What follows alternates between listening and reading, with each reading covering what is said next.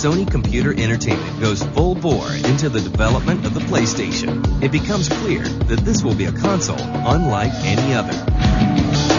The biggest feature of PlayStation was going to be the real-time 3D graphics technology. At the time, the PlayStation was a faster console than anything out in the market. You could push more polygons. It gave developers a larger toolbox to work with than any of the competing consoles. And of course, it used CD-ROMs. After watching the failure of systems like the 3DO very closely, Sony realizes that processing power alone isn't enough to come out on top in the world of video games. We looked at the business models of all of the companies that have been in the space or tried to get in the space, and we asked ourselves, could we do this better? The biggest problem that we had was that the market in 1993 was dominated by Sega and Nintendo. They pretty much had it sewn up between them. So any new entrant into the market had to do something pretty dramatic and pretty special. Sure, we had the system, sure we had the hardware, but it doesn't mean anything unless you have games. Nintendo already had Miyamoto, and he was a genius. Sega, they already had their arcade games, but Sony, what do they have? They don't have a genius developer or arcade games they're making, so they had to find software somewhere. We knew that in order to be successful, we had to capture the hearts and minds of the developers and the publishers equally. So what they did was they went on a very aggressive campaign to all the developers to... If Sony had not brought hardware to the video game industry, I think the industry would be a lot smaller than it is right now. Enough to really differentiate this system and show that it was a 3D-based system, and it really blew everybody away. But at first, a lot of developers were dead set against it, mainly because it was high technology, it was 3D, and a lot of game companies were still making 2D games, and they said that's going to be so expensive to make 3D games, no way we can afford it, and it's going to be very hard. Fight one! Ready? Go! One game that changed it and helped Sony, ironically, was Virtua Fighter. Sega announced Virtua Fighter for the first time, and that completely opened up eyes of other publishers that showed that 3D graphics can be applied to other types of games. All of a sudden, it was a leap. I couldn't keep up with enough of the companies that were coming to us, that were asking us, can we do this? Is it possible to do this? Everybody wanted to work on the system. Sony does everything it can to round up third-party developers to support the PlayStation and is able to sign 250 in Japan alone.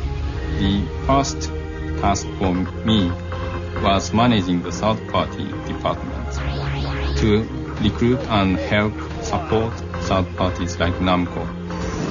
My target was to get as many publishers and many popular title franchises to become available on PlayStation. Sony also spends $48 million to purchase Psygnosis, the European developer behind Lemmings, and changes its name to Sony Interactive Entertainment. In December of 1994, Sony releases the PlayStation, now without an X, in Japan. The success in Japan was almost instantaneous.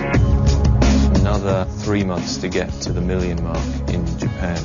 And I remember the then chairman of Nintendo saying that if we ever got to 1 million units, he would resign because he clearly knew nothing about the games business. It took him a few more years to actually get around to it, but I thought it was a great statement. The next step is ensuring a successful launch in the US and Europe.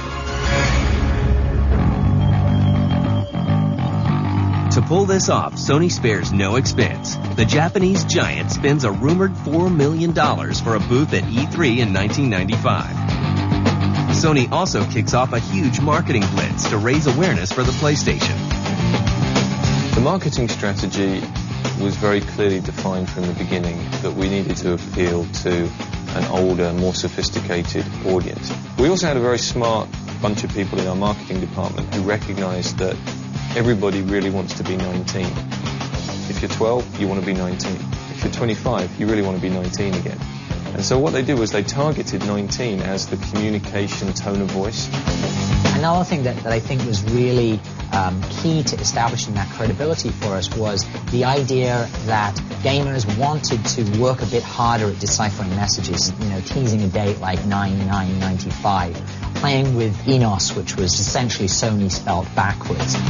Sony was saying games are a lifestyle, and we're going to promote and work it from a lifestyle perspective. We very deliberately stayed away from making SONY, the Sony brand, a big part of the communications message. The initial tagline of "You are not ready" was the first big step that we took in saying, this is not your parents' Sony brand. With this new mindset, Sony sets out to conquer the United States.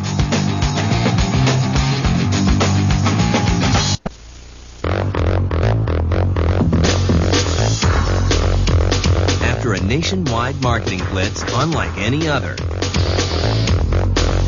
Sony launches the PlayStation in the United States on September 9th, 1995.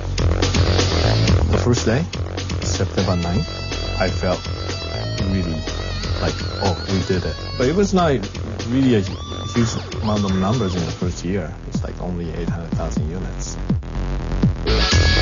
The initial launch of the PlayStation was a real happy day for me. It just was overwhelming. For a relatively unknown company, at least in the video game business, to get that kind of enthusiasm from day one. The original PlayStation, I think, really touched a nerve. I think part of that was down to the product itself. It's a great hardware device, and they lined up some great software. And I'd like to think we did some nice marketing as well. The controller of the PlayStation, like, it's unbelievable. It's just perfect. The PlayStation picks up more and more sales thanks to powerful hardware and a collection of exclusive games and other hits. We had Ridge Racer as a driving game. Okay, the final lap, hang in there! So we had a driving game, and then I wanted a fighting game. So I went out and hunted for that. I found Toshinden. And if you look at the sexiness and the appeal of what Toshinden was about as a fighting game, it was fabulous. It was a major, major hit. In 1996, we came out and launched Crash Bandicoot.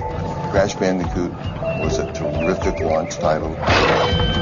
Defined PlayStation as a platform. And it was about a year or so after the launch of PlayStation. One of the executives at Squaresoft said he's going to make Final Fantasy on PlayStation.